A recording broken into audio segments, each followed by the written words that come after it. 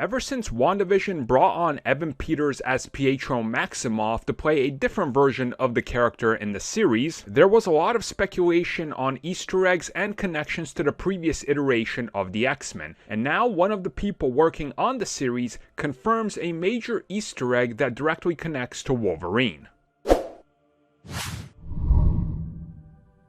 So in an interview with IndieWire, this specific scene right here and the hairdo in this episode and this scene was brought up in relation to it possibly being an Easter egg for Wolverine. Now this is something I actually mentioned when we did the audio commentary for the episode, and I said I think this is a nod to Wolverine because the hair just looks too on point. And the hair and makeup artist actually confirmed this, saying that when they were doing this, when they were looking at it and the possible things that they wanted to do that could be a nod towards the previous iteration of X-Men, specifically Evan Peters having a connection to that universe, they said that it was intentional that the hair looked like that to sort of be a nod and a wink to what came before.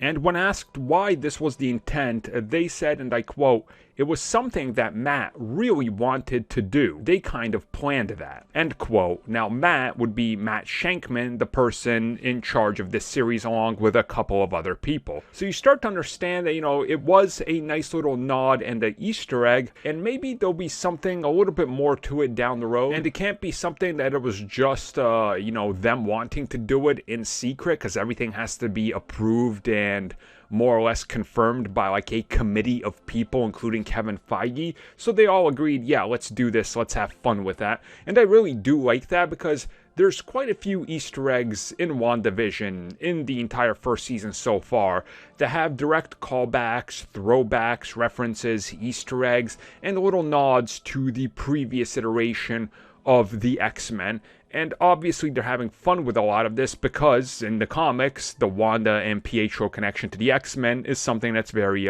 prevalent. But in due time, we'll have Wolverine actually as part of the main MCU. He'll be in continuity. It'll be a rebooted version, maybe even bring back Hugh Jackman, and we'll see how they pull that off, and we'll see if they're able to use the hairdo from the comics again, or more faithfully, if that's even really possible. I mean, it kind of looks ridiculous, but hey, you never know. You never really know.